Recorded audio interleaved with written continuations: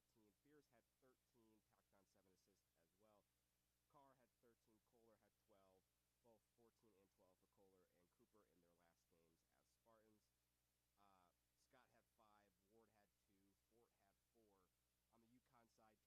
Cooper in their last games as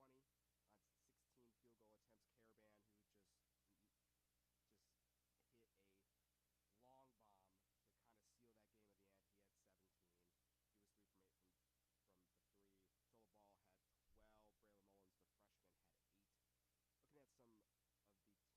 side, Terrace Reed leading the way with 20 on 16 field goal attempts. Caravan, who just hit a long bomb to kind of seal that game at the end. He had 17. He was 3 from 8 from the 3. Total Ball had 12. Braylon Mullins, the freshman, had 8. Looking at some of the team stats, both teams kind of similar in a lot of stats besides one, and that was the 3-point percentage. MSU shot 25%, UConn shot 43%. MSU was able to out-rebound the ball. The turnover battle was completely even, but UConn led for 95% of that game, and the first 10 minutes of that game reminded me of that kind of end stretch in the regular season, and even the last game of the Big Ten tournament against UCLA, of MSU coming out of the game really bad and not having the offensive firepower to catch back up. And I don't know if I said this live, but I remember I had the thought of, like, when it comes tournament time and you're going to play really good teams, really well-coached teams more specifically, Which UConn is. Maybe the best coached team right now in the country,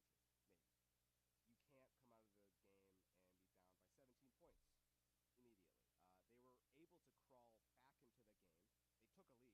They were able to crawl back into the game. They took a lead off a Jackson Kohler and one finish. They had that lead, but then that was immediately given up. And it just got bounced out again. You know what it reminded me of too, and I don't know, like if making this a whole big picture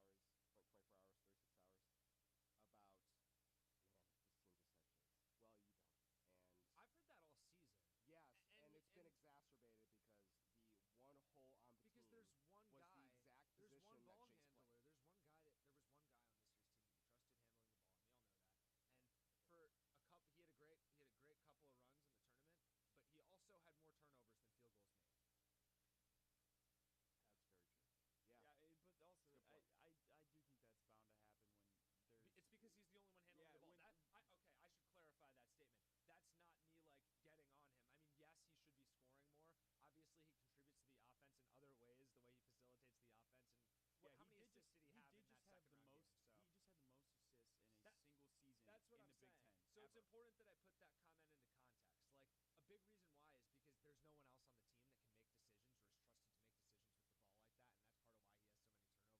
that I put that comment into context. Like, a big reason why is because there's no one else on the team that can make decisions or is trusted to make decisions with the ball like that, and that's part of why he has so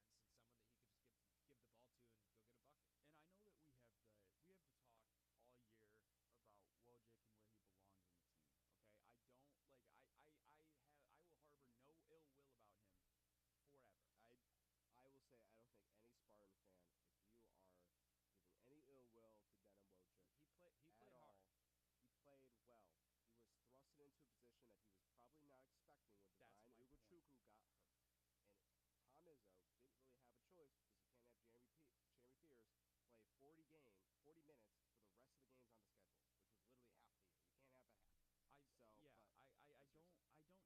You can't have that happen. I But don't necessarily think that Wojcik is the type of player that should be playing backup point guard on a high major team that expects to be going to Sweet 16s, Elite 8s, Final Fours every year. Championship pedigree. At the same time, though, I do think that it might come down to coaching when you look at maybe there were other guys that could have handled the ball and they didn't get a shot.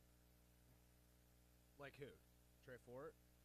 Maybe. I think you had time to figure it out. Yeah, it's tough because like when Divine went down too, they were in like a really good point in the season in the sense that like they at that point I'm pretty sure they only had 1 loss in Big Ten play or 2 losses because he went down like shortly after the Michigan game. But like, yeah, I feel like I don't know. It's tough to say. I didn't personally have any issue with like Izzo's like in-season, in-game coaching adjustments, game planning. because who are any of us? Yeah, I don't know better. No, We are yeah. on that level. Yeah, let me. It's not even. No. Exactly. I'm not Let saying me that that's preface what you're this. doing. There's though. a reason I am not behind the bench. Yes. There's a Same. reason Reese- I'm Reese here and on none of us mic are behind the bench. on a Sunday morning, talking out into the void as opposed to, on a court somewhere telling other people how to play basketball. Or how to run a program. And that's not what we're doing. We're No. simply giving our opinion and commentary. And like I was saying, my point was going to be like, Izzo has done a great job. I don't think he's lost any edge in his understanding of the game or his ability to make in-game decisions or make anything, subs. I think or it's gotten better. Yeah, I agree with that. I think that, where the fan base may be growing frustrated is if they don't bring in a guy who can start and play at the 5 position next year, or a guy that can shoot, is a strap out of the transfer portal. I feel like those are 2 pretty obvious needs for next year's team. They are. And I don't know if that's the next They place are. we want to take this conversation, but I- Tom Izzo's got to get on that for sure right now. So- because the truth of the matter is, whether you want to say it's tampering or whatever tampering may be in the NCAA these days, It's fugazi. It's whatever's It's a wazi. ethical or It's there, whatever's it's, ethical or non-ethical. The other team in the state It's doing the same signed thing. 3 out of their 4 guys in the transfer portal before the NCAA tournament ended last year. So yeah, he's got to get on it right now. Take Yeah. advantage of the fact that you got knocked out early. And we can segue this into this conversation with the UConn game. Obviously, the talk of that game and how it went kind of directly correlates to what the heck does this team look like next year. We can look at an outlook. Coming back, a lot of players. Jeremy Fears, Cohen Carr, a healthy Divine Ugochukwu, Kurt Tang, Jordan Scott. Okay, also mind you, this is before Yeah, transfers. I was gonna say that, but I mean, we're not gonna speculate about anyone specific. Hey, obviously, you're missing a guy. Am I missing a guy? Yeah. I'll throw it Finish on- your list and then. Yeah. Put it on the show sheet if I missed a guy. I was making this last night. Jordan Scott, Cam Ward, Jesse McCullough, and both of the Bolton brothers. Owen is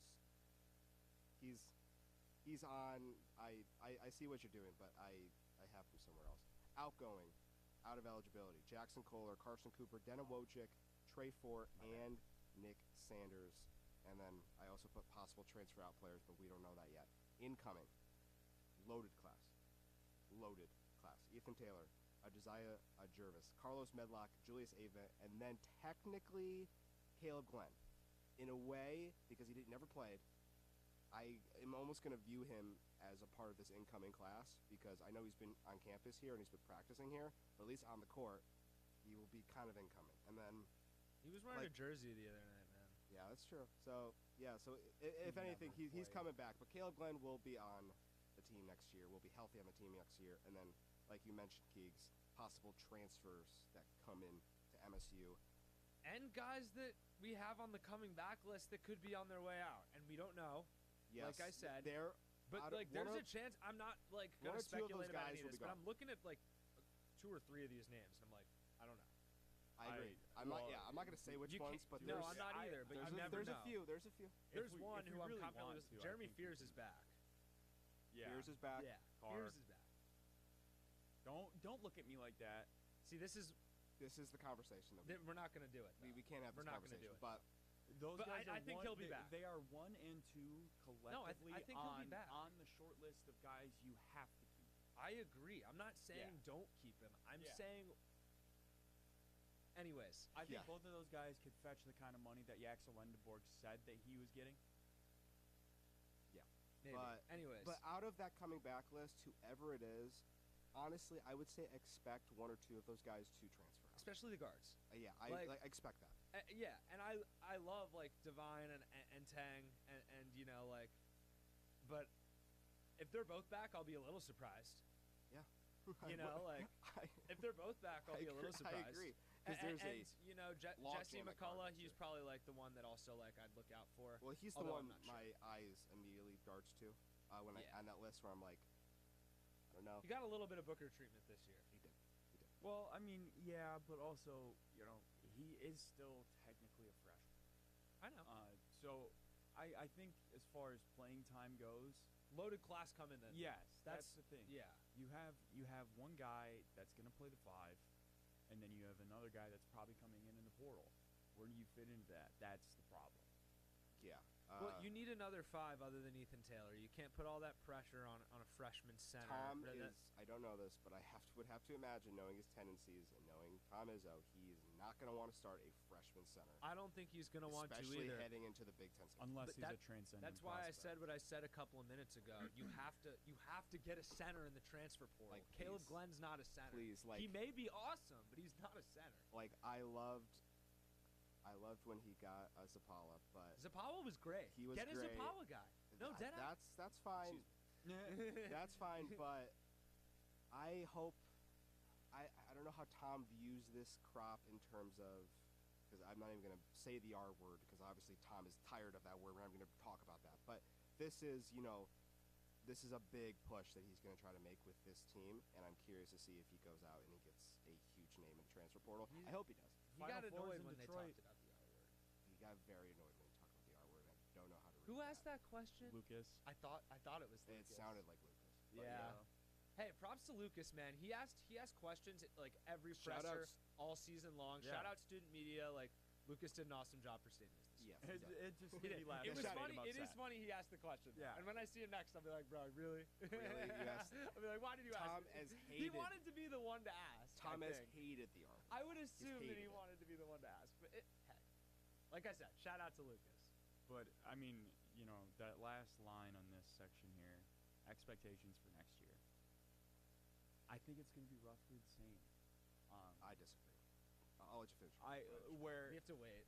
In my opinion. You go. You go. I think this team is going to be expected to advance to the second weekend, but that's also that's got more That to is do. the expectation every year. Yes, Yeah. but I mean, like we said, this is going to be a young team. This is a team full of guys that haven't proven themselves. I mean, if we want to go towards the history of the last 6 years, I mean, it's been 6 years without a Final Four.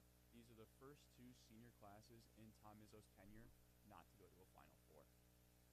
So, to say that winning pedigree is gone is not necessarily true, given how intertwined the alumni are with this program. But at the same time, there are no guys on the team that have seen it. So I think passing on that winning pedigree is a little tough.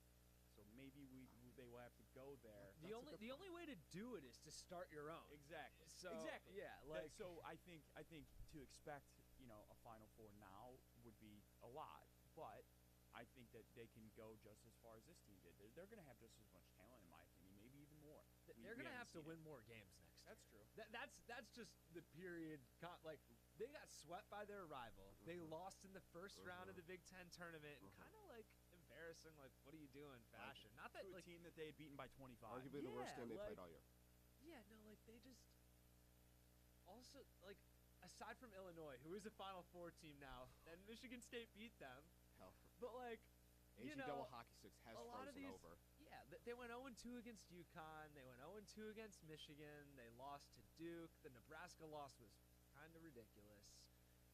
Yeah, you know, like, and I know that it's a long season and you're going to have, like, you know, games and seasons like that. But, like, I agree with you, Owen. I expect them to get back to the Sweet 16. That should still be, like, the baseline expectation of this program is like your season starts in the second weekend of the NCAA tournament. But the season's been ending right when it's starting a lot lately, and I think that's kind of where the frustration comes in for people. And Yeah, you know, like I said, man, like that Auburn game last year was that was the one. That was a stressful time. I was watching the game, as and then a I was senior, like, that was, oh my god, the tornado. and then I was like, am I gonna get hit with a tornado? Yeah. And then back to the game. I spent that entire game with power flickering in and out as I was at work, wondering how long I'm going to have to stay there because of the tornado that was happening.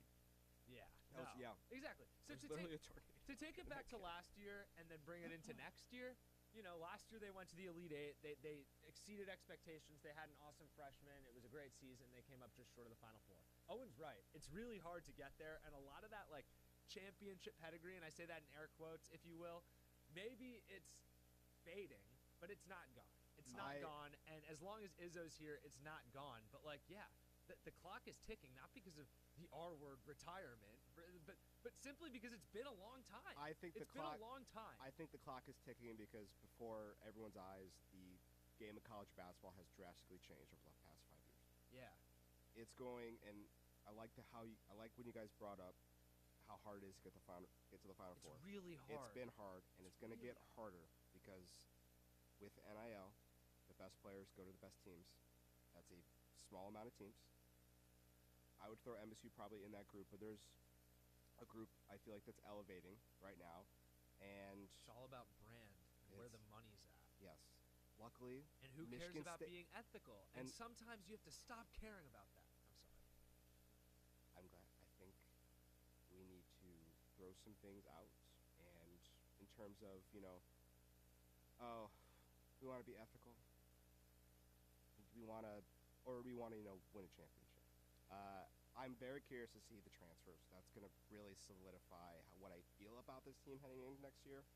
That's why I was like, we don't know yet. But is it next year, or are we talking about this 2 to 3 year run with this group? Because this group is going to have, and I think it's kind of unfair, very high expectations. Jeremy Fierce is going to come back and be considered a wooden player when he comes back. Yeah. Cohen, if he comes back, is going to be considered in that same caliber as well. Taylor It should be all Big Ten. Taylor is going to have some of the highest freshman expectations since Xavier Booker. Xavier Booker. Hopefully that doesn't happen again. But Josiah Jervis, I think, can be Big part of the rotation. I think can be not Jace Richardson level, but flirting with it. I think he could be that. I think all 4 of these guys are going to command playing time. Medlock is awesome with the ball. Like, he's so fluid with the ball. He commands the court, remind you of someone, and he's going to be great. And Julius Avent as well is going to be great. So this is a ridiculous freshman class. Best freshman class since. We'll see. I don't know. Like, see, it's hard to speculate about that too. You know? Right, exactly. So, but like, I don't know. Like, this is going to be good. for me, when And I Caleb Glenn. when I look at the roster as a whole next year after the transfer portal, and we see who's kind of coming in and who's coming out, I'll be able to draw my expectations a yes. little more. But you know, for what it's worth, like, this college basketball season isn't even over yet. But like I kind of said 20 minutes ago or whatever it was, like, Tom Izzo, get to it, brother. Like, Yeah. let's go. You know, And right yeah. now, as we speak, right now. I think that this I think he is. this senior I know class, he is. though, We're just saying. you know, specifically Cooper and Kohler, I think that those guys are going to be very, very big. I would say ambassadors for the school. I Yeah, mean, they were guys you'd that have to stayed here imagine 4 they're going years to be, yeah. and turned into great players. I mean, like, not that I know what NBA caliber is, but I would imagine that Coop gets a shot. Maybe that's ridiculous, but I think Coop's gonna stay here in Michigan. I think so too. Yeah, but be a soccer coach. is there any way we can? Salesman or something? Is there anything we can Trinidad Chambliss our way into bringing Coop or Kohler back? Kohler missed a lot of games with that foot injury a couple years ago. I don't think he necessarily wants to come back. Why not? But because he said several times that this is it. Make a run at it. That's what I mean. Make a run at it. But try. You can't find enough Spartan judges around here. I don't believe it. Yeah, dude. Jax is, I will say this, like, because it probably is it for Jackson Coop. Like, as someone who's had the privilege of, covering the team a little bit over the last few years, and obviously being a fan and a student here, those guys have represented this university with nothing but like class and just everything that you would want out of a student athlete and a Michigan State Spartan.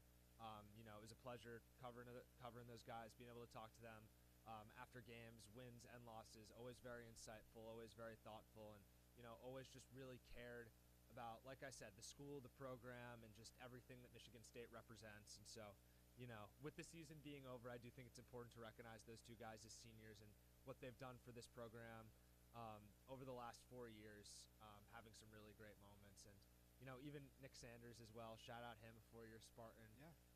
Really all the seniors, obviously, like some great moments for Trey Forth there right at the end in the first 2 games of the tournament, which was really, really cool to see. Denim Wojcik, like you said earlier, got to give him his flowers for playing his heart out. But, specifically sure, Kohler yeah. and Coop, like those two guys, man, like we love you. We're going to miss you. Like, best of luck in all your future endeavors. Like, Spartan Dogs for life, obviously. Really quick. All that great stuff. Really quick before we bring Joe Dez in. Okay. It's hard to watch Jackson and Cooper leave because Great dudes. I could probably speak for you, Kyle. I could probably speak for Joe. They were freshmen when we were freshmen. Exactly. And we exactly. legitimately. That's part of why I just went on that like long-winded rant Right? about how like I Me love too, those but I dudes. wasn't here. Yeah, but like they came in with us. They did. And they're graduating grew with with us, and too. they're graduating with us. Yeah. Are either of them? I don't think they're Comart commerce, but like you get what I'm saying. I think Kohler might be ad management. I would love to see him at Commerce. But as we bring in Joe Dez, Joe, it is so great to have you on the show. Thank you, Jack. I appreciate it. We can get into the game, obviously, but how was DC? Or how is DC? You're still there. Yeah, no, been pretty good so far. Pretty good weather. This has not been bad. The sleep has been messing with me quite heavily, let me tell you, Jack. Sharing a bed for this many days is not fun.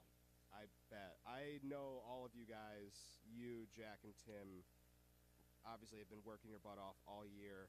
Hopefully, when you guys get back to East Lansing, you get some needed rest. But let's hop into this game. I need some thoughts on this UConn game from you, Joe. Yeah, well, it was pretty much, I used to use the word microcosm of the entire season at a point where you look at the problems from the game.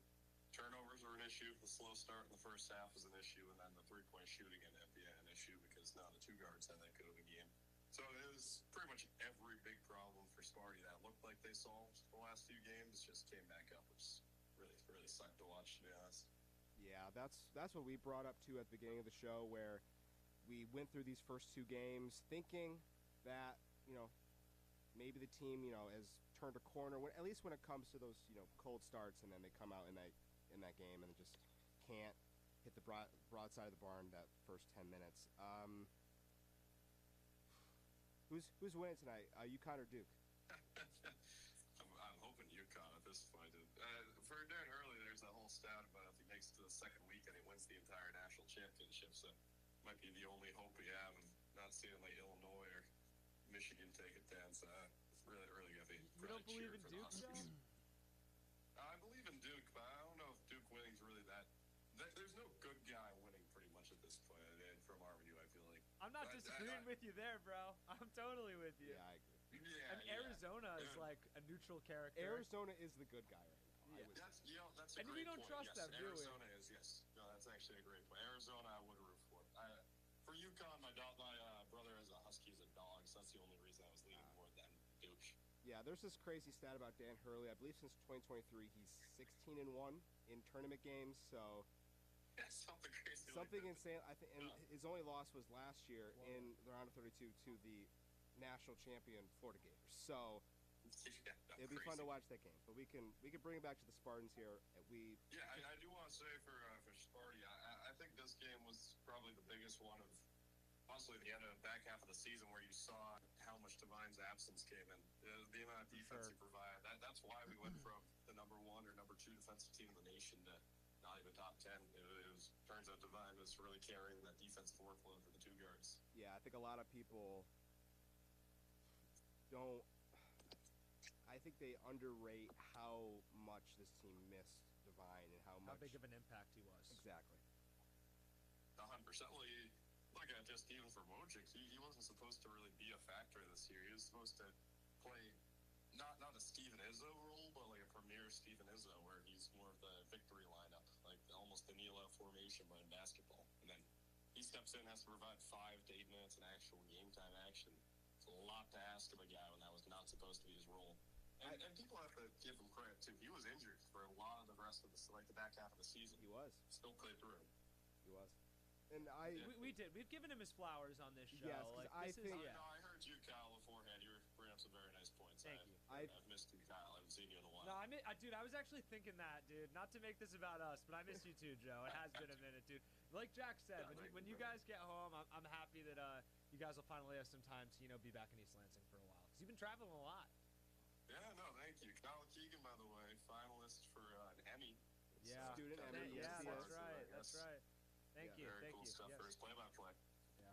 Hopefully I win that. That'd be cool. Keeks is very good at what he does. So is Joe. So is really everyone here. Yeah. But we all work hard. We all besides- work hard. Yeah. Who Joe. is in the room right now? I only know Jack David and then obviously Kyle are in there. But who Owen else is McCarthy's over here in the corner. Hey, Nice, Joe. Owen. How are you doing? I'm good, brother. How are you? Very good, dude. One of the stars of MABs this week. Oh, I was up Yes. there a couple times. You were. Yeah, very good stuff. Going back to the game for a second, Yeah. do have to say, I really do think Michigan State wins if you just don't go down 19 points. Even if it was down 10, they would have been fine. Oh yeah. By the way, I- let me interrupt you for a second. If both teams had shot 50% from 3-point at the halftime mark, the game was tied. Yeah. Well, yeah, UConn starts off 6 of 7 from 3. And that guy, solo ball, he was shooting 1 of 15 from beyond the arc in the last 3 games before this one. Comes in, let me check what the actual final number was. But, yeah, he ended up going 2 of 5. And, yeah, that 3 from Caravan also, the dagger 3, that one really hurt Nice to watch. shot, like 30 feet Yeah. out. It was kind of like a line drive too that you just knew was hitting the bottom of the back of the rim and just going straight down, and you're just like, of course, it's between the eyes, man. The It's Tony Parker shot shade. Exactly what it was. And just watching, once he let it go, you knew that was going through, and that was going to be the game. And you guys wanted something crazy as well. So you know how Michigan State played UConn in the exhibition before the season started? Yeah. The second half of this game and the second half of that game, exact same score, 36-32 Sparty. You didn't have to do that to me, man. Good. Yeah. Dan Hurley knows that it's easy to break Michigan State in the first half. I mean, something we talked about a little bit, Joe, like kind of similar to what we saw MSU lose to in March Madness the last 2 years. 2024 North Carolina, they allow like a 25-3 run. Last year against Auburn, it was like 21-2. And then we see something similar to that this year. It's like in the first half, they just kind of stopped playing basketball for like a 5, 10, 12-minute stretch. And it's kind of like the kiss of death on the season, you know? It's exactly what it is. It's just the fact you can't go 4 minutes of scoring droughts multiple times in the same half. Like, even multiple times in the same game. Yeah, but they do it multiple times a half. It's crazy.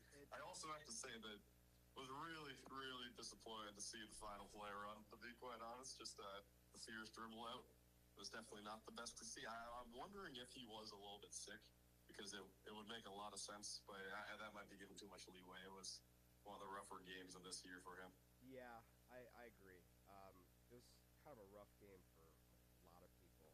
And again, like the main real point of the game was the issue that MSU has kind of on and off had the entire year is you can't start these games. It was going to be inevitable if that problem stuck around that you were going to run into a team too talented and more specifically too well coached that it just was going to bite you in the butt. And that's what happened for Sparty.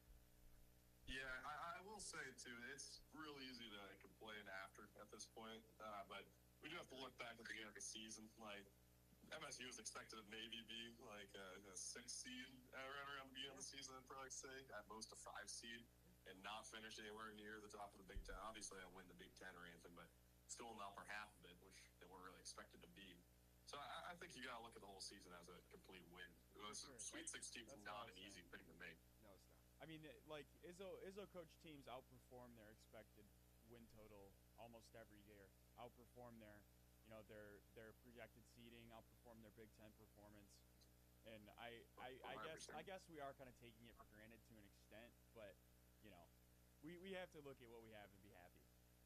For sure. I think it's also a lot tougher with a lot of seniors in here. So you have that dream of, oh, my senior year will be the storybook season. They're gonna win the national championship right before I go, and it's not realistic to expect that. I think it's just natural though. Reality is often disappointing, my friend. Yes, exactly. If reality wasn't disappointing, we would have seen a bowl game within the last 4 years. So. Or a Frozen Four, at the very I know. least. I've asked at least hockey has made it one round farther than the basketball team this year, but no, it's tough being a Spartan fan at times. I will say. It's been a rough weekend. We're doing the eulogy show right now. Spartan fans, listen, we got some high highs. We've had some shows where we've come on these airwaves and we're pumped. We're like, this was a awesome weekend. And then we have weekends like this where it's like, well, every single team that we love and care about, they all lost within 7 days of each other. And the season's over. And now I'm depressed. So, and that's this episode. I'm not gonna lie to you, fellas. I've had taps playing over and over in my head for the last hour. So. All right, Joe. I know you got to go here in a little bit. So. Yeah, I've got one more minute. I will say real quick as well. I think just what's got a lot of people negative at the point. I will say overall we'll be fine. Things they don't matter that much at this point. But what's so tough is for the last 4 years we've probably been the worst 4-year stretch to be a Spartan fan just because of Michigan's success at this point. Like they're gonna be possibly competing for a national championship in 2 sports this year. Why did you say that? Stop it. Well, Stop. Yaxel thinks it's the best Michigan team of all time, including the team that won a national title. So we'll see. Yeah, well, the tough thing for Yaxel is I've been trying to understand where a lot of things come from, and it makes a lot more sense when you realize. Imagine you started playing basketball at about 15, 16 years old, and then now I get that he is older than a lot of the players out there, but now you're one of the best players in college at the moment. I probably would have a pretty insane ego at that point too. I could not lie. Well, Joe, when you spend time trying to understand a dumb person, you only make yourself dumber. That's what I was gonna say. Like, don't try and understand what he's saying and doing, bro. Like, it's just. But the problem is they're still playing. We're sitting at home. We gotta take our medicine. Joe, at I this understand that. That's why I don't want to be talking about them though. No, I know. But there is a lot of good to look for. Gymnastics program's pretty good. Yes, they're awesome. On to baseball, baby. On to baseball. Baseball, softball. Tigers are back. Tigers. Kevin McGonigal. Whoa.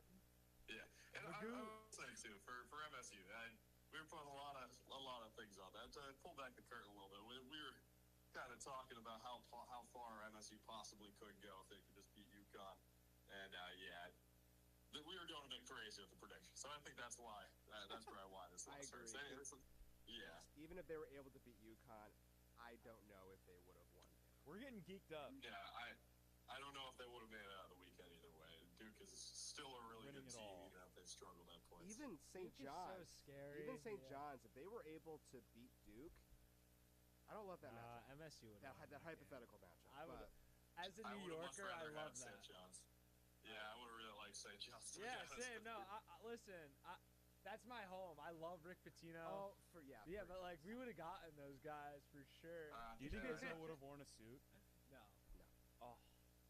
Actually, that is exactly what we were talking about. That's actually really funny. Izzo Pitino, he has to. I was saying that I think if they faced off against Pitino, about like a WWE opening where you see Tom Izzo, lights go off, suit on, comes out of the tunnel, no one knows it's happening. Oh, would have been perfect. We hear Stone Cold Steve Austin's music. His whole coaching Yeah. staff would then also have to be wearing suits. That would be the problem. Is that he's converted everyone into quarter zip guys, and so he's never going back because, like we keep saying, like he's never gonna retire, but he's also never gonna wear a suit again. He's too far gone. I agree. How That's a long good do you point. think it is I was until really he wears hoping pajamas? Patino would come out in the white suit against Duke. I was really hoping that was going to happen. That would have been pretty sweet. In the white suit against the Blue Devils, that would have been. Yeah, that would have been cool. Because he usually does on Fridays. Oh, yeah. You want to hear something awful? So, final tally for Michigan State when they play on Fridays 1-5. Oh! You want to know who the one win was? Anyone want to take a guess? What the one win was it? It wasn't Purdue. That was a Thursday night. Was it Illinois? It was Detroit Mercy. Oh. They had a good season, though, this year. We all just collectively, Joe, in the studio. That's Went, good. oh. Yeah, no, Friday, it turns out, is not the day for Spartans this year. That's where almost every loss came in. No, it was not. No, it was not. All right, Joe. It's 11:52. Do you have any last statements you want to say before we see you next episode? Finally. Well, Yeah, no, I'm excited to be back. It'll be nice to be back on the show again. yes. No more travel. We miss you. No, I miss you guys too. Travel is fun to an extent. At a point, you start realizing that classes are building up, and also you have a lot of other responsibilities. I've missed seeing my girlfriend more than 3 days a week, to be quite honest. But it'll be nice to be back. If anyone got to tune in to the end of the final broadcast of me and Jack, we kept it on for quite a while. Thanked a lot of you guys. So we appreciate all of you. Thank you for stepping up today, hosting the show, Jack. And thank you all for coming on, Kyle, Owen, and if there is anyone else there that I didn't hear, I apologize. No, I appreciate it. it's just us three in the studio. It's just but the mice. But thank you so much, Joe. Yeah, no, I appreciate you guys. Keep it going. I'll see you guys soon. See you Yeah, soon, be Joe. good, dude. Bye, Joe. Bye. Gotta love Joe Dess. The greatest. He truly is the greatest. That's I meant it when I said that I miss him here on the show.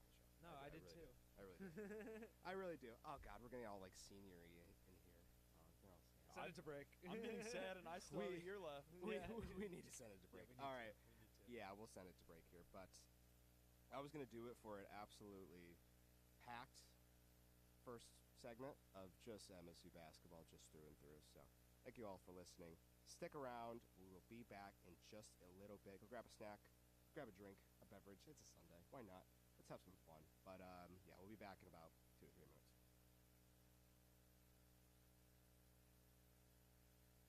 Your lunch and your laundry is done. When you care for a loved one, you take care of everything. But are you taking care of yourself? Find free care guides at aarp.org/caregiving. Brought to you by AARP and the Ad Council. Let's be honest. The National Symphony may not be in his future, but he wanted to try violin. So you said yes because you love him. And if you love him that much, love him enough to make sure he's buckled up and in the back seat. Find out more about keeping your kids safe in your vehicle at nhtsa.gov/the-right-seat. Show him you love him. Keep him safe. Visit nhtsa.gov/the-right-seat. Brought to you by the National Highway Traffic Safety Administration and the Ad Council. And we're live here outside the Perez family home, just waiting for the... And there they go, almost on time this morning. Mom is coming out the front door strong with a double-arm kid carry. Looks like Dad has the bags. Daughter is bringing up the rear. Oh, but the diaper bag wasn't closed. Diapers and toys are everywhere. Ooh, but Mom has just nailed the perfect car seat buckle for the toddler. And now the eldest daughter, who looks to be about 9 or 10, has secured herself in the booster seat. Dad zips the bag closed, and they're off. But looks like Mom doesn't realize her coffee cup is still on the roof of the car. And there it goes. Oh, that's a shame. That mug was a fan favorite. Don't sweat the small stuff. Just nail the big stuff. Like making sure your kids are buckled correctly in the right seat for their age and size. Learn more at nhtsa.gov/the-right-seat. Visit nhtsa.gov/the-right-seat. Brought to you by NHTSA and the Ad Council. I love my kids so much. I once sat for 3 hours in the cold rain to watch her soccer team lose by 18 goals. I love my kids so much, I once used a tube to suck snot out of her stuffed nose at 3 a.m. You win. Love your kids? Love them enough to make sure they're in the right car seat. From toddlers to tweens, visit nhtsa.gov/the right seat to find the right seat for their age and size. Keep them safe. Visit nhtsa.gov/the right seat. Brought to you by the National Highway Traffic Safety Administration and the Ad Council. We back. We are back. And I wish the conversation could get a little happier, but it's not. Women's basketball, they were also, just like the men's team, eliminated. This was last Sunday, so this is, pretty old news, but still got to talk about it. They lost to the Oklahoma Sooners 77-71. I can pull up some quick stats here, but I will say, all things considered, and I'll be just completely blunt with you guys, this game was closer than I thought it was going to be. Yeah, it was. I really did. I truly thought, and credit to Robin Fralick and the entire team, I thought this game was going to be a blowout, and not the way that Spartan fans would want.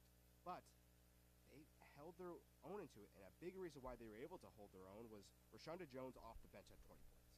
That, coming from 1 point in the first round against Colorado State to exploding, to leading the team in 20 points, that was huge.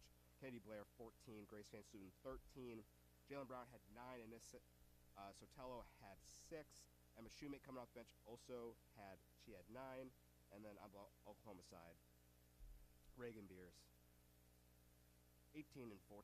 I mean, what are you going to do there? Pretty strong showing. Yeah, really strong showing. But like I mentioned, MSU was in this game. They were leading, early in this game, and obviously just couldn't get it done. But valiant effort by the entire team. Thoughts on this game from both of you guys? Yeah, for me, I was kind of in the same boat as you going into that round of 32 game against Oklahoma, thinking hey, the game's in Norman, kind of pack it up. This could be tough, especially after they only ended up beating Colorado State by 3 points. Just with the struggles we've kind of seen from them in not only NCAA tournament, just postseason play in general from the program the last couple of years. It kind of has really felt and seemed like the next step, if you will, in the program that they just haven't been able to quite reach yet. And, it kind of came into fruition in that Oklahoma game towards the end. Like you said, it was a great effort. They led a lot of the game. They had that X factor in Brown with 20 points off the bench.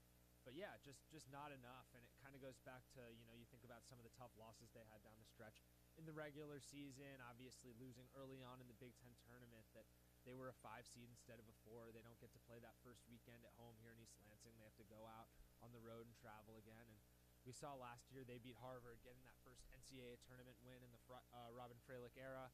They got that second win against Colorado State, although it kind of, watching that game after MSU won, it kind of felt like, not a lot of belief going into that Oklahoma game based on the way they played. And then, they gave everyone a reason to believe by, playing really well for a good portion of that game. And then obviously, of course, they came up short. And so the conversation continues surrounding MSU women's hoops about those postseason struggles and just not being able to quite make it into the Sweet 16.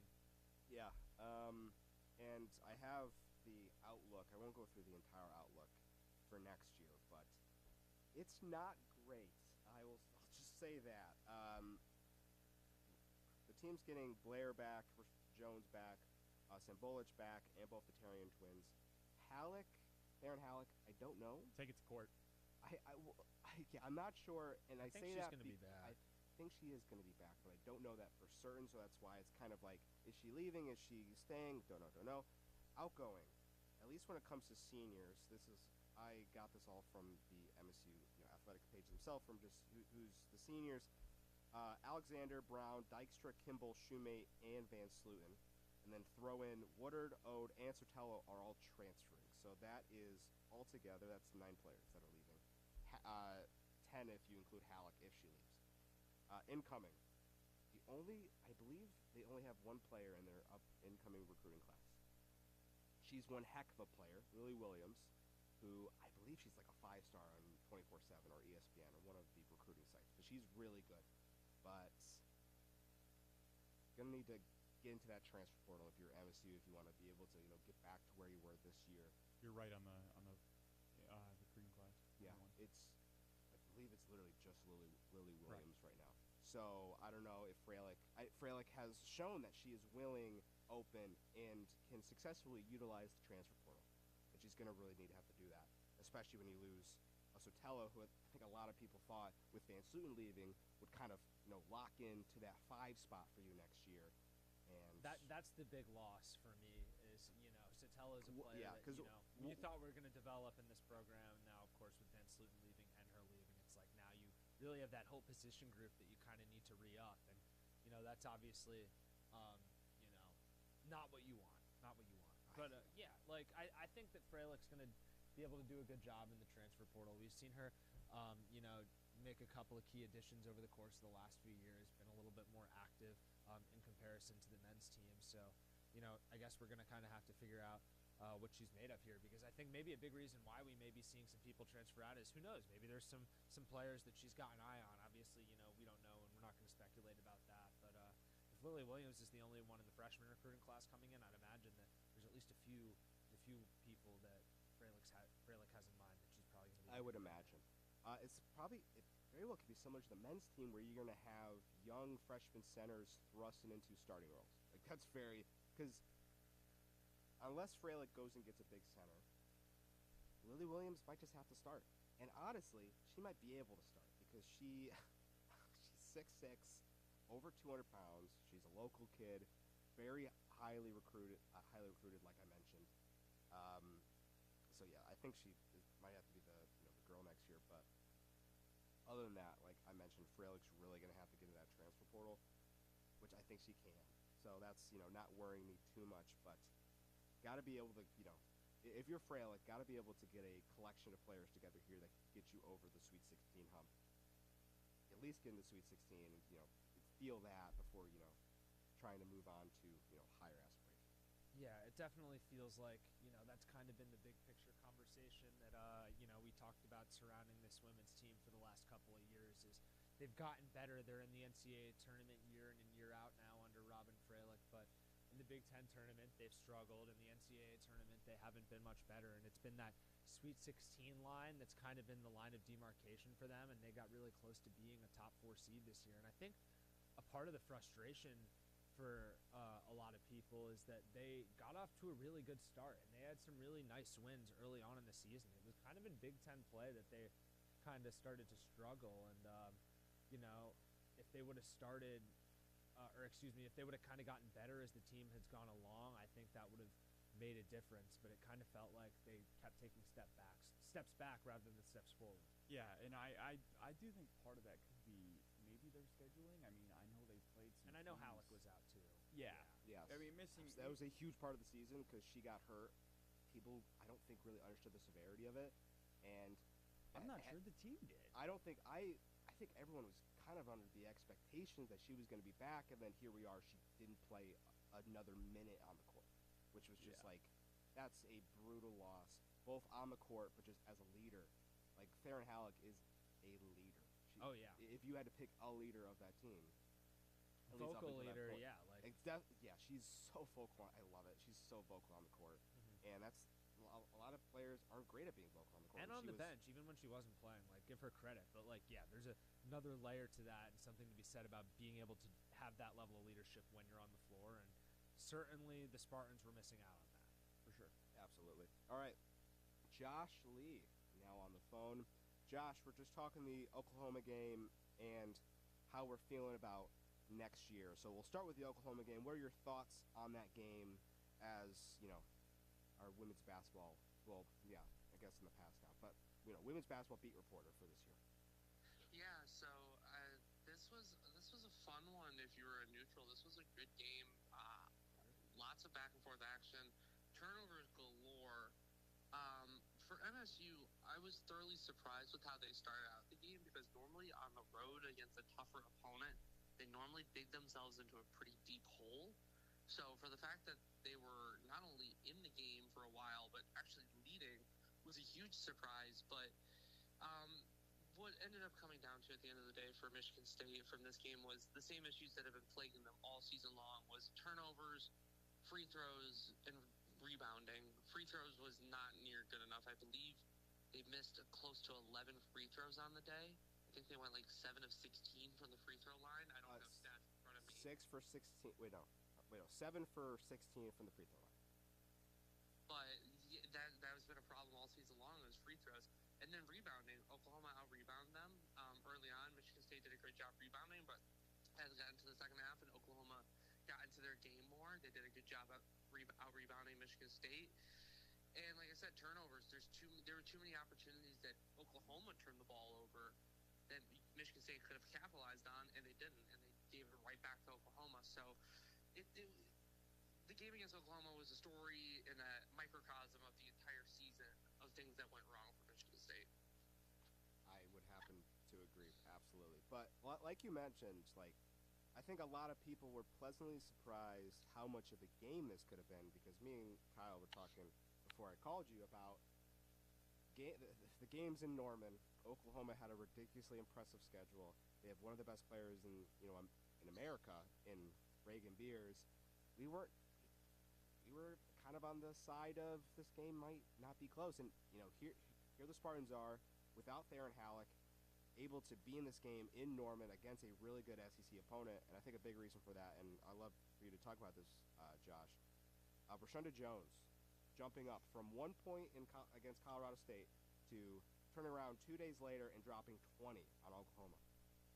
Yeah, I think that was a bit of a surprise, seeing how she's initially coming back from this ankle tweak that she had against Michigan, and it hasn't been really clicking for her. And normally the entire season she's done a really good job of driving to the paint and getting it high off the glass to drop, but she did a great job from shooting from beyond the arc. That was something I was thoroughly surprised by, and she was draining everything, and she really showed that as a junior, and she could come back from this injury, she will have the right pedigree to take this team to the next level next season. And being a senior, she knows what it's about to play in the Big Ten.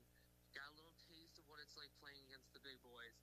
Now how can you elevate next season? But yeah, Rashunda Jones, she had an amazing game, and I'm really excited for this team next season, for the group that they could have, and they could potentially, it's been talked about all season, this team feels like they're just a little bit away. They're just something away from being able to reach that next level. And I think some of the players coming in and some of the players coming back for their next season, I think there's a real chance this team could get to that next level.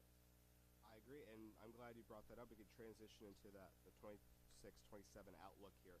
At least from what I have, Josh, and I was texting you about this last night, I have a combined 9 players, not counting Theron Halleck, 9 players that are leaving. Is that correct? I believe that's correct. So you're losing Grace Van Sloon, Abby Kimball, Jalen Brown, Emma Shumate, Mara Dykstra, and then I believe, as of right now, portal-wise. No, Alexander's coming back. Nope. Oh, yes, it's because of the medical, so not Alexander. There you go. So there you go, because that's another player on that front court that we were talking about, losing a lot of players in the front court. So there you go. Especially with, with Sotelo on her way out. Yeah, as what you're about to get into, Josh, the players that are transferring, Woodard, Ode, and Sotelo, specifically hurts. Yeah, that one, I'm not gonna lie, I'm a little shocked by. I thought Vanessa Sotelo did. I think that's a perfect Robin Fraley player with how aggressive she is at times on defense, and especially in the press. I think Vanessa Sotelo offers great aggression, and she offers a bit of a stretch 4 in regards. She's done a great job this season in terms of driving to the hole, but being able to step out and hit a 3 when necessary. But yeah, I'm a bit surprised when I saw the news that she was entering the transfer portal, and I think that's a big hole that Fraley's going to have to fill coming in with. This is going to have to be a big offseason in terms of getting talent out of the portal. Yeah, exactly. But at least with Freilich, I know she's open, very open, and has been successful in bringing in players in the transfer portal. So I think she'll be able to, use that pretty well. Talk about Lily Williams, incoming freshman. Miss Michigan basketball. She's, for Spartan fans that watch that UCLA game, get ready. Michigan State is getting their Lauren Betts. Like, this player, truly, yeah. Lily Williams is the real deal. This is top player in the state, top 20 nationally. Like, this is a big get for Michigan State. Defend off Michigan after Michigan's had the year that they've had. And if Michigan got Lily Williams, oh my goodness, that would have been scary for the next couple of years. But to get a player sisters are also in the pipeline, so that's another get for potentially down the line. But she'll be the focal point of this offense, and she can offer almost everything that Lauren Betts offers, and then she will continue to grow throughout the year. So whoever gets to cover this team next year, and if you're watching this team for the next couple of years, she will be someone you have to keep your eye on. She's 6'6" for when the tallest player this season for Michigan State was 6'3". She's gonna be so much fun to watch, and she'll be so much fun to cover for whoever is covering the team next year. Exactly. Can we expect her to be the starting five next year? Absolutely, especially if Vanessa Otello is leaving. I'm not trying to speculate, but as of right now, if I had to guess on who the starting five is, I would go Blair, Jones, Halleck, Iselin Alexander, and Lily Williams. That's a solid five. I like that. That's a solid five. I like that, That Josh. would be my guess. I would have had Vanessa Otello in that 4, although she's in the transfer portal. Now, in this day and age, you never know. Maybe she does come back. Maybe she's testing her options, whatever it may be. But as of right now, if she's staying in the portal, that's the 5 I would go with. And that's a pretty solid 5. Just probably need to get a little shooting coming off the bench, so that's probably somebody you could get in the portal. Yeah. Another Emma Shoemake type, but somebody that could also handle the ball coming off the bench. Yeah, I agree. But yeah, you bring up that 5. That's a really solid 5. If Freilich wants to get another starter, I don't think that would hurt. But at least for Freilich, now that you've laid that out, I mean, go get your depth players. If Lily Williams can be the player that we think she's going to be, this team might not really have much of a hiccup at all. I think the only hiccup that would come in this is just the transition from Grace Van Sluten, because I think a lot of people, you see what Grace Van Sluten does on the court, but what she does off the court in terms of the leadership style and talking with Freilich and talking with some of the girls this past season, Grace Van Sluten has been such an important addition to not only this team this season, but to the program and setting a culture for Robin Freilich. Kind of reminds me of Julia Ayrolt, what she did last season, but Grace Van Sluten kind of hitting that next level in terms of just play on the court. But I think losing Van Sluten is going to hurt a lot, but I think they have the culture and the program and the people around to not only take that loss, but elevate from it. I agree. Any last statements, Josh, before we move on to hockey from women's basketball? Well, first, actually, before you get into that. How are you doing, Josh? Yes, like mental wellness check. How for are my we guy. doing? I always love to just see how everyone's doing first and foremost, and I didn't do that first and foremost. So, how you doing, bud? This weekend's hurt a lot. This weekend's hurt. Yeah, this has not been a fun weekend for MSU sports. That's all I'm gonna say. Because, man, I was a little disappointed after yesterday's result. Friday's result, I was kind of expecting a little bit, so it didn't hurt too much. The start killed me. I was not fond of that start against UConn. But yesterday, hockey-wise, man, that one killed me. Losing to Wisconsin like that after being 5 minutes away from a Frozen Four. I was going 85 down the highway. Oh my God. From Grand Rapids. Slow down. There's only 10 over on. That's only 10 over on 69. I was going 85 down the highway, and it took some real restraint to keep myself on the highway after that. Come on. Hey, I'm you still did. Here. I'm still here talking. All right, guys, I glad have some self-control. I listened. Yeah, I listened to some of the broadcasts, and I'll let Oscar know about this, like when we talk to him. But like, yeah, I listened to that first period because I was on my way down to Flint for my internship with the Firebirds last night. So I listened to the first period, and yeah, like, the energy was high. Like everyone was feeling good. No goals scored. They're good. They're up 2-0 first round of their playoff series. There we go. Yeah, round 1. So shout out Flint Firebirds for real. But anyways, yeah, like just the vibes were good in that game. Like they blew that Wisconsin game. Like we're coming back around to that now, I guess. They blew that. Yeah, I mean, I guess we can, Josh, if you want to hop in on this hockey discussion, we're talking hockey next. If you want to quickly make a quick hockey statement before we let you go. Well, we can go too on the phone. Yeah, if we're going over to hockey now, I think this is probably the saddest way because you're losing a lot of great players. I mean, the fact that Charlie Stramel broke his ankle in fourth shift of the game, that just hurts. Like losing a guy like that, he's a senior, he's going to the NHL him to his season end on a knuckler puck from the blue line, just His it's awful. Spartan and career to end on that is brutal. and for him to also win most outstanding player of the region, like that's like Connor McDavid, Conn Smythe stuff. It's like J.S. really. Jaguar. But yeah, hockey.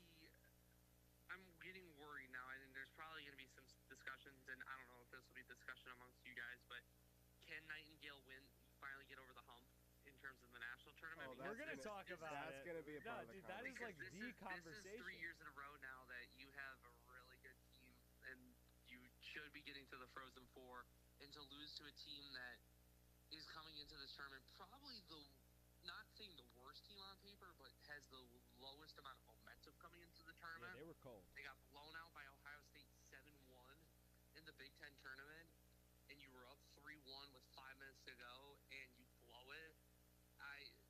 This roster is going to be completely different next year. I don't know if you're going to have the leadership qualities like this year had.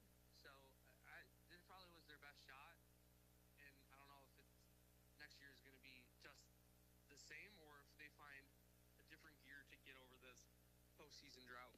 Yeah, I agree. Well, Josh, thank you for calling in, buddy. It's good to hear from you. Are you in East Lansing right now? Am I in East Lansing? Yeah. Are you? I am not. I am currently home. I had some family things going on this weekend. That's what I thought. So hopefully that goes all well. I'm excited to see you back in East Lansing, buddy. Have a good one. All right. Thanks, guys. Have a great day. See you, Josh. Be good, bro. See you, boys. Thanks, man. Man, Josh Lee himself, bringing in the women's hoops analysis, a little bit of hockey. We didn't even, I liked what he said about the men's basketball team of like kind of saw it coming, because like I know we already did our men's basketball talk, but I will say like that is the difference between them and hockey and women's basketball. I guess is like men's basketball all season long. I just kind of did feel like the writing was on the wall, and that they were gonna lose in the Sweet 16. That was just the round that like made sense in my mind. And that's what happened. And then women's basketball, you kind of get beaten down to this expectation that they'll lose before the Sweet 16. That happened again. And then hockey, you have these national championship aspirations. The only program out of the three that we're talking about that has that. And you go ahead and just kind of take a, proverbial you-know-what on everyone's hope and expectations. And, it doesn't make sense. I mean, we're going to get into it, I'm sure, like, really in-depth with Oscar here in a bit. But, like, you're 2 minutes. I know when Josh said, when I said at the top of the show, they were up by 2 with 5 minutes left. Like, how do you lose that game? And this is the third year in a row. All these Big Ten regular season championships and nothing to show for it. Nothing. And we can really dive into this now. You mentioned, up by 2 late in that game, and you still lost that game. There has to be some serious questions about what the heck this team's going to do moving forward, because this is, like Josh said, 3 years in a row now with nothing really to show for it post-regular season. Right. These regular seasons happen awesome. These Big Ten tournaments happen awesome. And then before this year. It's exactly. But we get to the NCAA tournament, and everything falls apart. Another Frozen Four list season for the Spartans team. Arguably the most talented, you could say probably for the last few years, the most talented team in the country. Probably the most talented so many team. NHL guys. Yeah, I mean the most talented team in Nightingale's tenure as MSU head coach. Maybe not like his total time as a head coach, but his time at MSU for sure. I mean, they had 15 NHL draft picks on the squad. Yeah, and for what? I mean, you win a couple Big Ten tournament games, regular season championships, but I just don't know. I can't pinpoint why this team gets to the NCAA tournament and just falls short of, and not like, they're a championship team, but they made it to the Frozen Four, they made it to the championship game and they lost. No, they're falling really short. Way short. And like that, I can't get past the point. It was a choke yesterday. Utmost, you cannot lose these games. You can't choke these games, and you can't lose to these teams when you are as talented as you are, and the expectations are as high as they should be. I hate to be, like this towards a team because I love all of MSU and I love the hockey team, but like, the truth is like, this can't happen. It's unacceptable, right? It is unacceptable. So, yeah, because when you redraw the expectations and are all about like we win Big Ten regular season titles, like we had a Hobie Baker winner last year, we're hanging banners. Trey Augustine's the best goalie in the country. We have 15 NHL draft picks on our team. Yeah, like the expectation is to go to a Frozen Four. It is. Like they haven't done it once in the last 3 years. Like, and by the way, Porter Martone signed this morning with the Flyers. Yes. So now he's gonna haunt my dreams as a Ranger fan. He will make his NHL debut forever. on Tuesday against the Washington Capitals. That's crazy. I mean, yeah, like, but the Flyers are out of. I mean, they're not like so far out of the wild card race in the NHL, but like the Philadelphia Flyers aren't going to make the playoffs in all likelihood. And so, yeah, like, you see what Porter Martone has done with Michigan State this year, you should have that guy playing in games right now. There's 10 games left in the regular season or whatever for the NHL. So, yeah, well-deserved. Means he gets That's awesome. He gets to burn a year of his entry-level contract. If he plays 10 games, that's worth 1 year. Well, maybe he'll only play 8 or 9. The Flyers have played 72 games. There are 12 games remaining in their schedule. No, there are 10. They play 82. Right? 84 now. No. Swear. Are you serious? Why would I lie? When did the regular season in the NHL switch to 84 games? Like 2 years ago. No clue. Are you serious? So they played today against the Stars, and then their next game is on Tuesday against the Capitals. I can help you out. Blowing my mind. I can help you out. I did not know they changed that. Yes. Bro, all right. Filibuster for a second. Let me find this out. Filibuster. Asking me to filibuster on hockey is crazy, but at least especially NHL. But yeah, I didn't know that. No, it's 82. Stop making stuff up. What? Are you lying on these? He was trying to get me riled up. I was like, "There's no way they switched that." We're already riled up didn't enough. Hear about Okay, it. I'm sorry. The NHL is switching to an 84 games regular season starting next year. Oh, so they are doing that, but next year. That's my fault. It's okay. Okay, so that's fine. But all right, so he anyways. will get 9 games, I believe. Yeah, but I'm just saying he might not play in all 9 either, so he'll probably be fine. Like, but anyways, I'm sorry. That was a good filibuster, but just in general about like, is the NHL doing 84 games? I mean, I guess hockey is like the 4th sport in this country, pro sports wise. So like, I guess it makes sense that like that's not like something that like would get talked about. And like, I'm a Ranger fan, and like they stink. They've been the worst team in the East the last 2 years. So like. But still, you almost just blew my mind, Owen McCarthy. Yeah, well, okay. Come on now. Hey, in 3 months, there will be an 84-game NHL season. There you go. So you're close. But you were close. But you were on the right track. But how we got to this conversation, Porter Martone moving to the Flyers. Good for him, though. Like, seriously. Like, 1 year in East Lansing, but, like, it stinks that we lost in the regional final because it's a year that should get remembered so positively. He was a beast. Who are all of the players that are leaving? It will be Shouty twice, both Shouties, Charlie Stramel, Trey Augustine, Porter Martone, Danny Russell, Basgall, right? Matt Basgall. No, it's a long list. Tommy Manisto, I believe. He's a junior, I thought. Okay, he is a junior. Yeah. There's probably going to be 1 or 2 guys that portal as well. I mean, I didn't expect Vlad Lukashevich to leave last year, and he still did. There's smoke around Shane Van Sage leaving. I would not expect it. Crap. It's all crap. I think that's another reason that's a lot of players. It's a big reason why it stinks that they lost. This was to push the chips towards the middle of the table year for sure. With reason it being why Trey's we junior use year. the unacceptable word as well. Yeah, it is unacceptable. Adam Nightingale, if you were in this room with us right now, would sit here and say the same thing. He would tell you it was unacceptable. I think he would be the first person to say that this is unacceptable. Same with any of the guys on the team. They're not happy. They understand why we're not happy. It was brutal to see them after the game. Man, like on the ice. No, but like, and this is what I'm talking about. This is why it's so crazy, is because like they really did blow that game, man. Like they really had it. It wasn't just that they came short of a comeback, or that the game was tied most of the game. Like they took the lead in the second period, they extended it in the third, and they blew it, man. And it all happened so fast, and it's just it's hard to even understand.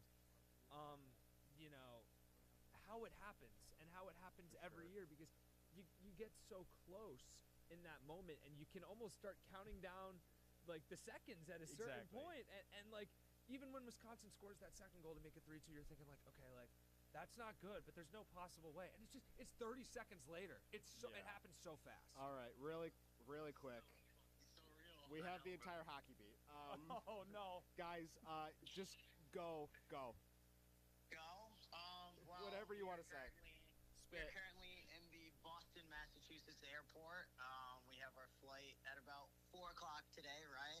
Gabe Souza munching on some chips right now. Jack Bullwinkle to the right of me. We also have our photographer, Wilma Carnes, to the left of me. He took some great photos at the regional final. Unfortunately, took some teary-eyed photos as well, as it was a really unfortunate loss. I mean, I think you guys put it as good as we could have. It's completely unacceptable. 5 minutes to go, you're up 2. You have that power play goal after Wisconsin honestly had a lot of momentum in that third period to start. It felt like it went right back into MSU's favor, and then just like that, everything disappears. They took another conservative play style in that third period like they did against UConn. They didn't really try to stretch the ice a lot, didn't really try to get a lot of shots on net, just tried to really stop Wisconsin from shooting. And ultimately, when you play that style, you're really susceptible to letting up a lot of shots on goals. It's, something that a lot of coaches try to do, but just doesn't really end up being successful when you see it tried out. And I think that was pretty evident. Obviously, there's a lot of ifs. If Sturback doesn't overrun that puck, runs into the wall, we don't get that game-tying goal. I mean, if someone is able to get a block, one of the forwards or one of the D-men on that Dexheimer shot from the blue line, which, I mean, was an absolute snipe, and credit to him, because he has now killed us in 2 game-winning goals over the course of the season. And, I mean, that's captain material if I've ever seen it. And his goal was called a goal. Yeah, if Riker Lee's goal was called a goal, there were countless opportunities that unfortunately didn't go our favor, and sometimes that's what it takes to make it to a Frozen Four. You just got to get lucky, and not to say that, it was not the fact that they weren't lucky enough to make it. They played too conservatively, and I think obviously it's tough to have this conversation about Adam Nightingale now, a guy who has obviously had some of the most success of any Michigan State coach since, Ron Mason. And obviously all of that has come in the regular season, but it is fair to ask, he is 3-3 in the NCAA tournament. And when you look at the games he's had in the NCAA tournament, there has not been a really convincing win out of any of those. I mean, you look at the first game they went to 2-3 years ago against Western Michigan. That was a very close win in which Carson Dorwat had to have a game-winning goal. And then they lose to Michigan in pretty emphatic fashion in the regional final. And then obviously we all know what happened last year as the number 2 overall seed in the tournament. They lose to a Cornell team who was the last team to get in, basically. So it's been heartbreak after heartbreak for Nightingale. The only equivalent that I can give to right now, unfortunately, is James Franklin at Penn State, a guy who has seen so much regular season success. Really good, Oscar. And thank you guys, appreciate it. I would say if we want to stay with, I was like, that's really good. Oscar, if we want to stay with hockey, I do feel like we are an Edmonton Oilers situation where they're getting there. Don't get Bullwinkle. Oiler fan too. Jackson's right here. Well, Bo, you would know better than anybody. Let's not stray off the point, because that was a really good point that Oscar made. So, yeah, it's unfortunate, and obviously we saw how that panned out for James Franklin after about a decade or so at Penn State, and I hope that this is not the path that Nightingale goes down. But I mean, so far after these first 4 or so years of his career, that's unfortunately the trajectory he's at right now. A guy who can get it done in the regular season, can win those games, but when the moment matters the most, it seems like his teams just don't really meet the moment. Yeah, that's a remarkably insightful and good point. Yes. Yeah, that's what we're looking at here. Bye, Owen McCarthy. Yes, as Owen McCarthy heads out of the studio, thanks for coming in. I love you, Oscar. I love you, Jack. See ya. Peace out, Owen. Peace out. But I want to know from you guys, it's easy to harp on what happened. Obviously, very, very disappointing. I can't express how, at least personally, how surprised I was that MSU dropped this game. What's next? What's next, guys? I think that you got to look at the recruiting class coming in, and he talked about recruits for both women's basketball and for men's basketball, and it's in a good direction. For men's basketball, it's a top 5 recruiting class filled with, a couple 5 stars, a really good 4-star point guard, and then you have women's basketball who's got Lily Williams coming in, and for us, a real good replacement for Augustine if he decides to leave, which is, all signs pointing to that's going to happen. And so Ravensbarger is a great goaltender out of Canada. He's really physical, and he actually doesn't put up with anything, which I do really appreciate. And he stands up for himself, and the Sharks took him high for a reason, and so he's going to come in and really play well, I think. And and there's a lot of good guys coming back. I mean, you talk about Tommy Ministo, a guy who is just a Spartan through and through, kind of resembles the senior class this year, coming back next year and can really be a piece for us. Shane Van Sage, another guy, too.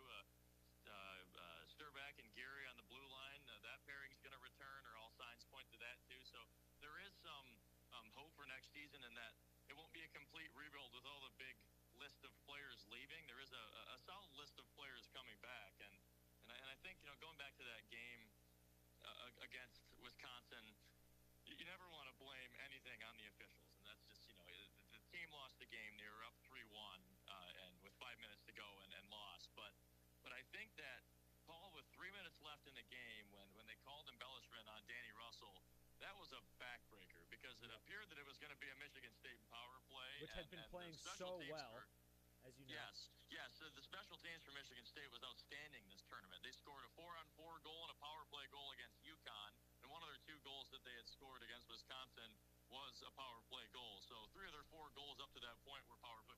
Two of them were power play goals, and then one was 4-on-4. So that was just awful because in a tie game, and we looked like we were going to get a chance to get on the power play, and unfortunately it was 4-on-4 for that point of the game. But it was a tough end, and it really resembled the Michigan game in Ann Arbor on the last go round.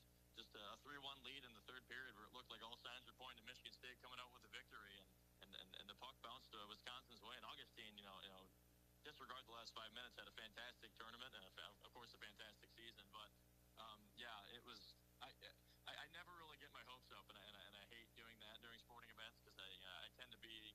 I'm an optimistic guy, but when I watch my teams play, I'm fairly pessimistic. But Same. with 5 minutes to go, entering that last media timeout, I was like, oh my gosh, we're going to Vegas, baby, and I got excited, and man, oh man, I surely regret that, and it was tough for all involved. I feel bad, bro. I get that. Yeah, I talked to Matt Baskel this morning, just texting with him, and just thanking him for his stuff, his entire Spartan career, and he was real appreciative of it. And he said to me, it stinks, and I was like, yeah, there's no doubt about that. So I saw a tweet the other day that he may not have a lengthy NHL career just because of the size he plays at, unfortunately, as a D-man, but that guy's going to be one hell of a coach one day. Oh, absolutely. He may come as an assistant one day at MSU, most likely. I mean, he'll probably want to be under Nightingale's wing once again, but that guy was one hell of a leader for this team and probably one of the best captains I think Michigan State has had in the history of this hockey program. Absolutely. I do want to ask this. I asked Joe this, I asked Josh this. How are you guys doing mentally? Not because of the game, are you guys okay? It's a lot. Jack, I think that there's a couple silver linings to this. The first one being, we still had a day to spend together, and it's been a nice day of travel here to Boston. And the second silver lining is the whole season. I don't know if you guys are familiar with this, but in the pregame, we make a hot stick pick, and if the player you pick scores a goal, you get 3 points in our makeshift standings, and if the player records an assist, you get 1 point. And of course, last game was the last chance for all of us to make a pick, and none of our players recorded a point last night, I don't think. But that's irrelevant to the fact that Gabe finished in last, and whoever finished in last place has to buy lunch. And so today we are not going hungry in the airport, as Gabe is going to airport Restaurant at lunch. Marco's. That's expensive. Good on you, Gabe. Come on now. Well, I don't think it's a it- choice. No, but still. Yeah, we told him it had to be in the airport, and and there's no impact reimbursements for this one. That's a full punishment, man. Oh, no per diem on Vegas, these man. meals. No help from Jeremy with That's this one. right. Gabe. That's Get right. Get ready to learn $80 at Dave, Chick. take the phone and talk. Get ready to learn $80 at Panda Express, buddy. Yeah, hey guys, listen, it was it's unfortunate, but You're a good sport, Gabe. This time about a month ago, I was down a lot, and I made a surge towards the end of the season, and I mistakenly picked Danny Russell against UConn, who is a guy I really took all year, and he disappointed me once again, unfortunately. But the airport might be expensive, but compared to Las Vegas, I think there's a silver lining there, because I think Oscar and Jack would have no problem running up the bill in Vegas. So I did luck out on that. I said, listen, guys, like I'm fine with like 25, 30 each, but if you find a way to spend $50 at this airport Chick-fil-A, I'm gonna have some problem with That's you guys. funny. Yeah. Well, luckily Wait, no. Chick-fil-A's open? It's Sunday. I was gonna say, luckily no Chick-fil-A today. Yeah. Happens every single time. Yeah, they didn't realize. Yeah, that's Yeah, brutal. I hate to be the one to break yeah, that dude, to you to guys. make today any worse. Yeah, or we're gonna save it till we get back. Yeah. Hey, really quickly, guys, I wanted to say I think the most disappointing thing about the game was Charlie Stramel exiting after he had I believe it was a leg injury after blocking. Broke his ankle. Yeah, it was brutal. Yeah, it was a broken ankle is the report from Oscar, but you know it sucks. You know that's your guy who wins the faceoffs for you, and the Wisconsin's first goal, it was a Porter Martone high stick that led to a defensive zone faceoff, and you know you have Kane Lindstrom and Nilsson trying to step in, and it's like trying to put a party hat on a horse and calling it a unicorn. You know, it just doesn't have the same effect, and you lose that face-off, and it's a set play to Wisconsin, and they get on the board early, and it's just it sucks because you know you think you don't want to think in hypotheticals in hindsight, but if you have Charlie Stramel on that face-off, you know, and throughout the course, you know, the rest of the game, and not that Lindstrom and Nilsson and Shouty did a terrible job on face-offs, but Stramel's been the most consistent guy all year, and you'd like to think that if you have him, that you have a better chance of winning that game yesterday. That's a good point, Gabe, because after Stramel got hurt, Michigan State looked good. I mean, they scored a couple goals, and it was like, okay, they're going to be okay and be able to make up for the loss. But Gabe mentioned it at the end of the game when you don't have Stramel to win those key faceoffs on the dot. Well, that's what really bit them, and I think that I hope Charlie's okay, and I'm sure he'll go to Minnesota and in their playoff push, and as will Martone, because the Flyers are only 4 points back at the playoffs, Kyle Keegan. So I do think that they I have don't a real think they're chance gonna make it, dude. We'll see, man. But it's just you guys. We heard your conversation earlier about all the draft picks, and that's another disappointing piece to this season too. Is there's 15 draft picks on this team, and 14 of them play, and the only one that didn't was Melvin Strahl. Yep. And Yeah. so that's just and then Strahl's a great goaltender in his own right. He just has to play behind the best goaltender in the country in Augustine, and so that was a big thing. Is our conversation last night on the way home, and just in the Airbnb hanging out was, man, like the talent on this team had it, and not to say that Nightingale can't do this again and rebuild a team like this again, but the talent was up and down the board. We're so elite. And the depth of this team. I mean, the fourth line this year for Michigan State could have been a starting line on half the teams, if not 75% of the teams in the country. Manisto and Shouty are fantastic. Jarecki's a super good up-and-coming player, and so those three guys were really good fourth line anchors for MSU, and sad to see Shouty go, but I think Jarecki and Manisto can have a big impact next year. And the hopes are high because the recruiting class is good, but this one stings. And there's always I said it last night in the broadcast. There's always going to be a winner and always going to be a loser in sports, and that's just the name of the game. That's what it is. And MSU was on the losing end, but hats off to Wisconsin and then Dexheimer, and they're going to Vegas, which is good for them. So on Wisconsin and sad MSU. Yeah, we'll see. That was good. Let's Mo. see what happens there. Any last comments from any of you guys before we let you go and send this to a really quick break? No, can't really think of anything. Sad that this was my last Impact broadcast here. Hey, Oscar, I did want to say, man, I got the chance to listen to the first period yesterday while I was driving. Great work, and great work to you guys all season long, both you and Jack. You guys. Thank you, man. I know that you guys And didn't Gabe. really know each other. Oh, obviously and Gabe, but I was talking about the broadcast. I'm sorry to be that guy, but I know you guys didn't know each other super well when you started this season, but you guys it's been nice to see you guys grow together as broadcasters with totally different styles and at totally different points in your journey, and you guys did a great job covering the team all season long, and it's a bummer that it came up short like this, but I appreciate both you guys for putting so much hard work and effort in and just doing an awesome job. Thanks, buddy. I love you, man. I'll see you Monday. Oh yeah. I appreciate, like I said on our broadcast at the end, I was very kind of regretful being put on this hockey beat because I somehow thought that football would be a better season. No, than what dude, this hockey no. one would be. And fortunately, this was a blessing in disguise that Joe Des decided to give me this assignment instead of the football beat. And I couldn't have asked for a better season, couldn't have asked for a better broadcast partner in Jack. And getting to know him this year, and he's going to be a great sports director for the next 2 years. In fact, Facts, he's in dude. really great hands as we leave here in the next month or so. But yeah, excited to be back on Green and White next week. Excited to have the full crew back. We'll have the future and the present here on next weekend, so that'll be a really fun one. Talk some pro sports. I hate to stop. I hate to do this to you, Oscar. Next weekend's Easter Sunday. I might not be there. You're so right. So I don't know completely the schedule. It might be 2 weeks, but in not too long, we will finally have the full crew back here. Super excited. But excited to be back. Unfortunate that MSU had to end this way, but like we said, the future of not only this beat, but the future of MSU hockey is in good hands. They are still recruiting at an all-time level right now, and I mean, you look back at the 14 seasons that we had before Adam Nightingale and between Ron Mason. We only had about one tournament appearance, and now we've had 3 1 seeds, 2 Big Ten regular seasons, or 3 Big Ten regular season Big Ten championships, and 2 tournament championships. So he is unfortunately had not had the tournament luck, but he has still been one of the most accomplished MSU coaches in the history of the program. Absolutely. All right, really quick for all of you guys, thank you for all of your hard work on this beat. I know you guys have gone, especially recently, not a lot of sleep, working your absolute tails off. So kudos to all of you guys.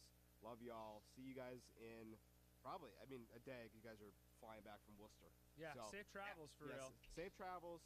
Hopefully that flight you. F4 works well, and we'll see all of you guys here back in East Lansing in a bit.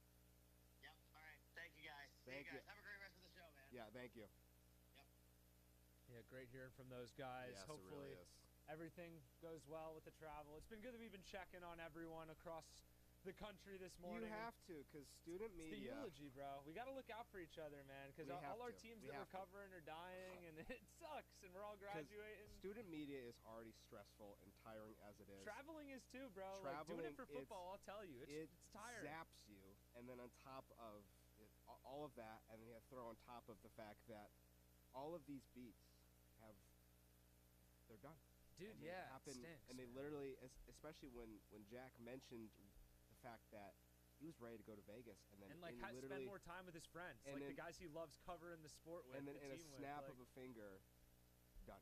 No, when he said that, it resonated super hard with me. Like, I feel for Vo, I feel for Oscar, I feel for Gabe. Yeah, you have to. Like, it's a bummer. You cover a team all season long, and you have this expectation and a dream as a student media member, as a student broadcaster or writer, someone that covers the team. But, ultimately as unbiased as we try to be, like, we are Spartans. We want to see them win and succeed. And I think that we do a great job here at Impact towing that line and, staying, maybe not always neutral, but being fair and not being biased. Like, I think that's something that there's a reason that Impact is highly touted as it is, because that's why we win awards, man. Exactly. Like, that's why we win stuff. hate to toot like our own horns we here, can, but like this is the time. It's the last 15 minutes of the show. Yeah, like, I agree. Like this is the conclusion. So this is what we want to talk about. When we can after the break. Actually, we're not gonna do a break. We'll just go here for the last 15 minutes. We can get into the NCAA tournament. We can talk about that, but yeah. We pride ourselves on, one, we are students here first, right? Student media. There's a reason the student comes first, and that's hard as it is, and that comes with, its own, we are all Spartans, but yeah, none of us are afraid to, be critical when it needs to be. We're objective. Exactly. Yes. And objectively. Yes. This is a disappointing weekend. Very. And the results in some ways for hockey you can say unacceptable. For men's basketball, you can I wouldn't say that with men's basketball. No, it's expected but disappointing because it's like you know. And then for women's hoops, you know, it's expected, disappointing, but it's more like okay, like you don't have that previous pedigree to kind of latch onto, so it's like you still kind of have a hope for the future. Of like, there's a future ceiling to get to. I think that's where people are worried about this men's hoops program. Is like, are we just stagnating? And then I think that is exacerbated by the fact by how you see the team southeast of us is just elevating. I hate doing that comparison, and you're right. And like it is like that's what you have to do when you share a market. Like you can't help but compare yourself to the programs that are right there. Like I'm from Jersey. Yes. I was born in New York. I grew up in Jersey. I grew up in an area of the country with professional sports where I root for the Yankees. My dad roots for the Mets. That's real. I'm not making that up. Like, I live in New Jersey. I'm a New York Giants fan. Most of my best friends root for the Philadelphia Eagles. Like, I understand what it's like having to share a market and what those rivalries mean. And then comparison always comes into play, with the Yankees and the Mets, with the Knicks and the Nets, with, however you want to do it. And so I understood 4 years ago when I moved to Michigan that, there's always the MSU-U of M rivalry, and it's something to get talked about. Yeah, and I think that you make a very fair point. You don't want to get too bogged down in it all the time, but yeah, they're in a place right now where they look like they're rising. They have an opportunity to make it to the Final Four today for the first time in 8 years, and a head coach in Dusty May to try to make it for his second time in the last 4 years with two different programs. And I've kind of like not even jokingly but alluded to the fact that like I don't think the way that Michigan put their team together was all that ethical. I don't know. I don't know this, but I think it's the exact opposite of that. Yeah, I'm not going to go around here being accusatory or speculating about whether or not and act like MSU was completely perfect. Yeah, exactly. And that like oh, they got all those players because they were tampering. Like, yeah, that may be true. It probably is, but that doesn't matter. They got those players and they're still playing today, and Michigan State's not. So you have that comparison, and you have to have and see all that. And realistically, as a Spartan fan this week, if you're living in this state, you're going to have to be dealing with kind of like Joe said, like Michigan fans getting ready to go to a Frozen Four and a Final Four, and maybe another Final Four in women's hoops.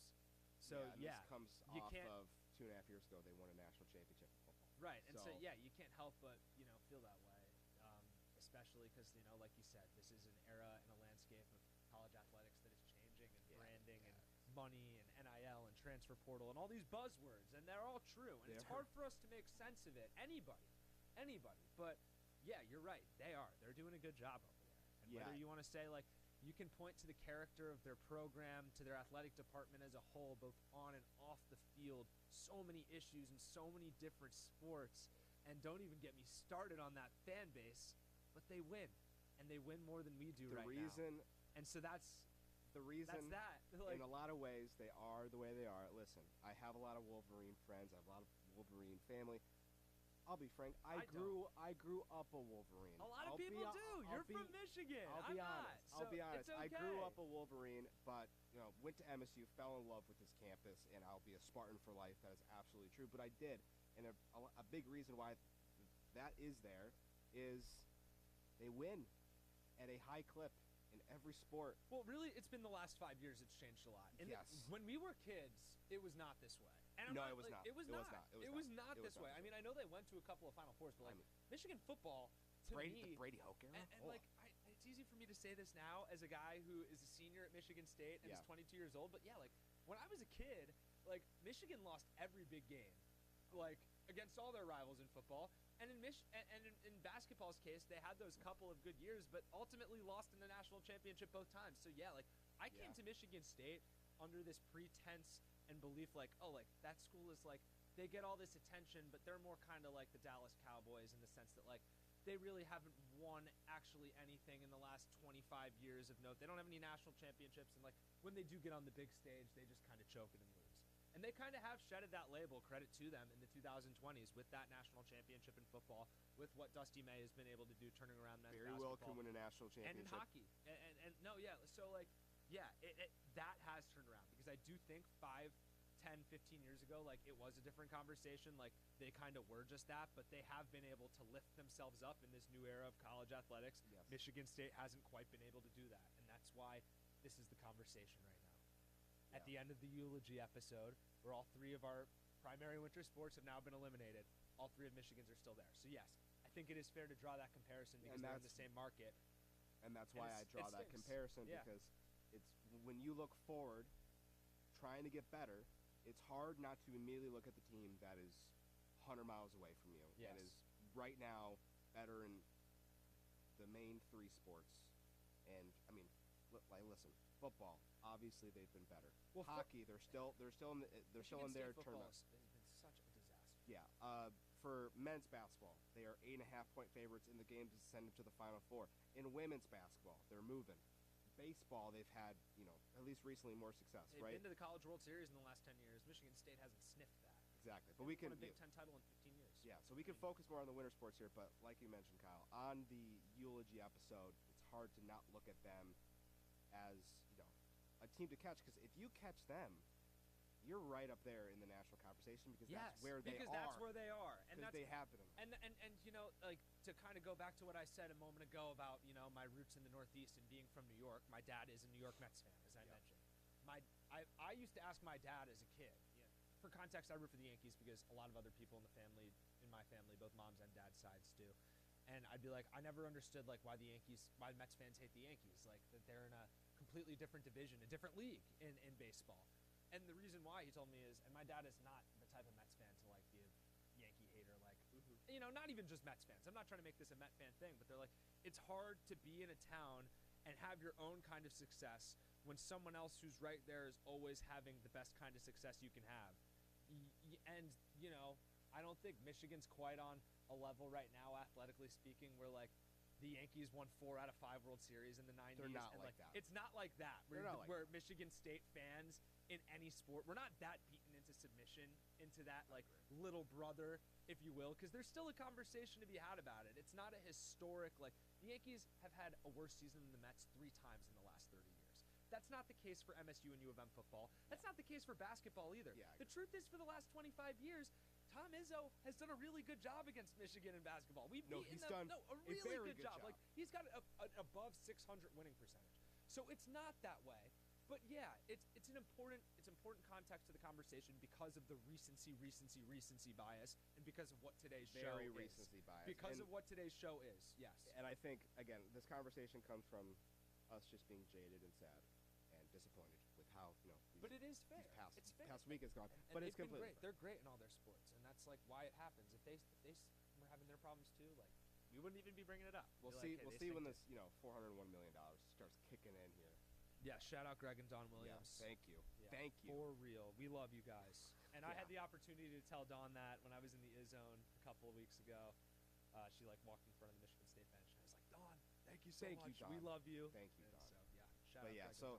I think it's just catching up in that NIL stuff. We can really quickly talk about this NCAA tournament. Illinois finally turning the page, making it back to the Final Four after 20 years, 25 right? 25 years. And this is Underwood's first, obviously. Yes, this is big for them. And this is not. I put this down as a joke. I saw this on Twitter. Fraud Final Four run. They've beaten Penn, VCU, Houston, and Iowa to get here. That's a 14 seed, an 11 seed, a 2 seed, and a 9 seed. But you play who you play. This is a legit Illinois team that I think can beat either Duke or UConn. Yeah, no, they're really good. They're really, really good, and they've got a really good roster. They're well coached. They know what they are. They've got a lot of depth and veteran leadership up and down the lineup. They can shoot. They can defend. They can run the floor. Ultimately, I think when it comes down to guard play, we'll see if Wagler's that guy in the Final Four. And, there is, some he can elevate himself really high. Really high. He can change a whole kind of conversation about his NBA lottery status. I agree. But, I agree. Anyways, yeah, for what it's worth, you play who you play. There is some truth to that, easier path that they had, per se. But they're in the Final Four. Congrats to them. I don't think they're going to win it, but... Me neither, because they're going to have to run into a buzzsaw. Yeah, either way. They're Duke going to play or UConn or UConn. Duke, and then they're going to play Michigan or Arizona. And then Arizona's the other team that's been in the Final Four. They looked awesome last night. Congrats to them. Their first time in the Final Four in 20 years as well. 25 years. Okay. It's been so it's been a long time for both of these programs. Yeah, so it's nice to see some, new blood, because, Duke and UConn, both those teams have very recently been in the Final Four. Like we kind of said earlier, if Arizona wins, they're the good guys. Michigan or Tennessee can't just. I don't want to discount Rick Barnes and what he's done, and Tennessee has now been in the Elite Eight, I believe, 3 straight years, which is pretty crazy. Yeah, because they played Houston last year in a very close, ugly. They were like the only 3 seed that made it to the Elite Eight last year. Yeah, yes, they were. And then then they lost to Purdue the year before, I believe, when Purdue made the national championship. Yes, exactly. So I don't know. They're 8.5-point dogs. Hey, maybe they'll get over the hump.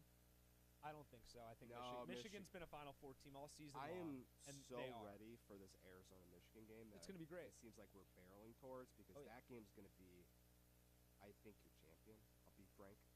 Duke they're good, but not as great as I thought they were going to look.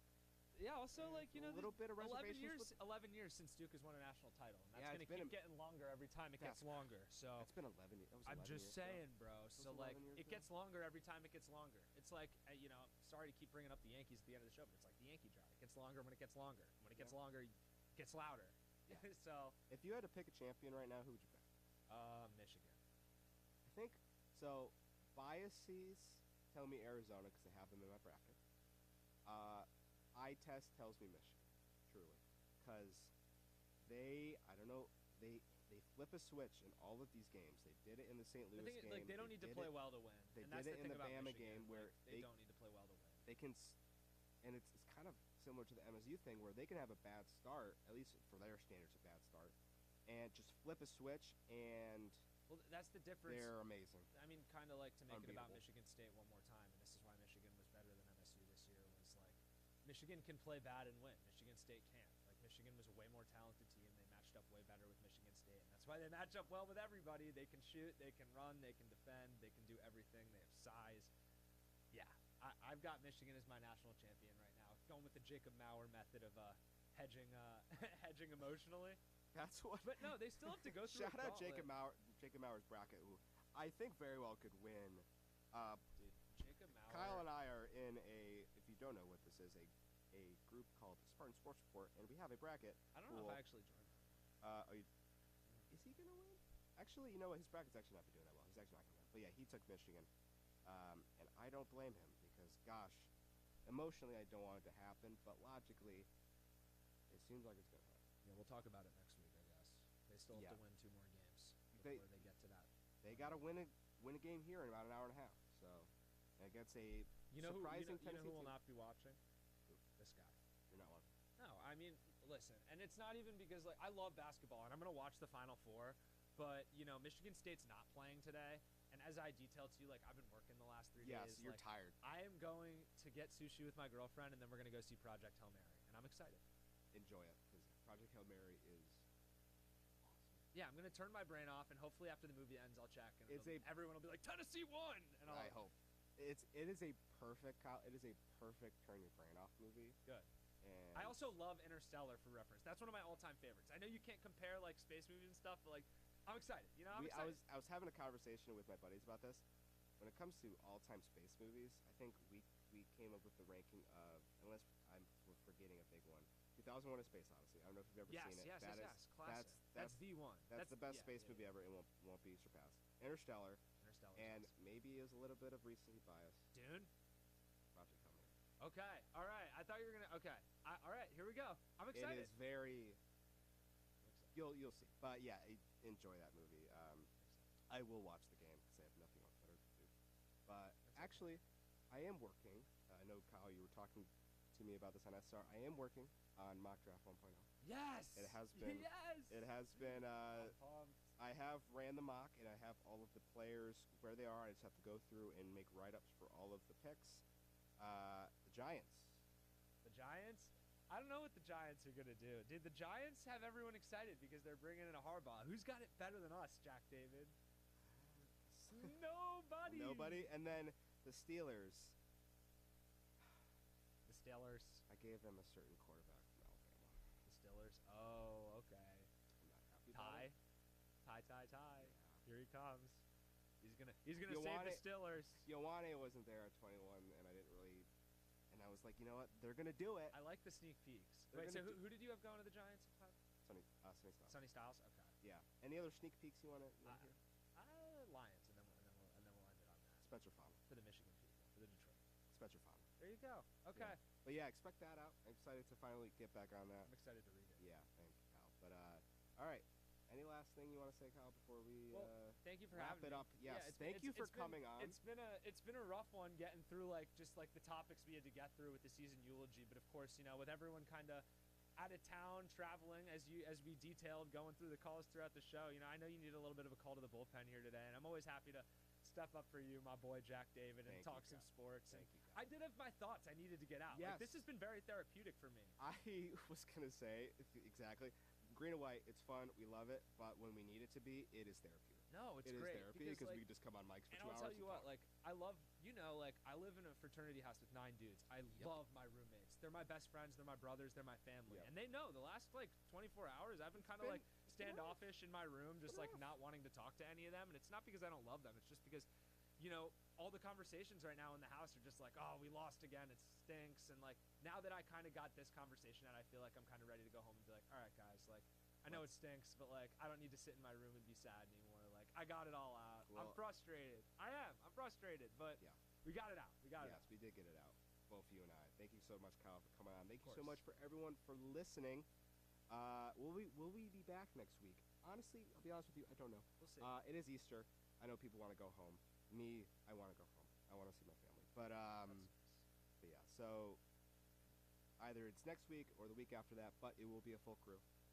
Joe, me, and Oscar will be back, and we could kind of hit this final home stretch of episodes. I can't keep from saying that, but final home stretch of episodes here for the year, for the calendar year, and for all of us on the main crew as Spartans. So it'll be a really fun time. But everyone enjoy the rest of your Sunday. Watch the Michigan-Tennessee game. Watch the Duke-UConn game. Or don't. Or go see Project Hail Mary. Watch baseball. Baseball's on today. You can watch baseball. You can watch a lot of stuff, but you can watch NASCAR. They're at Martinsville today. I know you don't watch NASCAR, but I'm a big NASCAR Michael guy. Jordan. Yes. Yes, he is part of it. But yeah, so that's going to do it. See you all when we see you.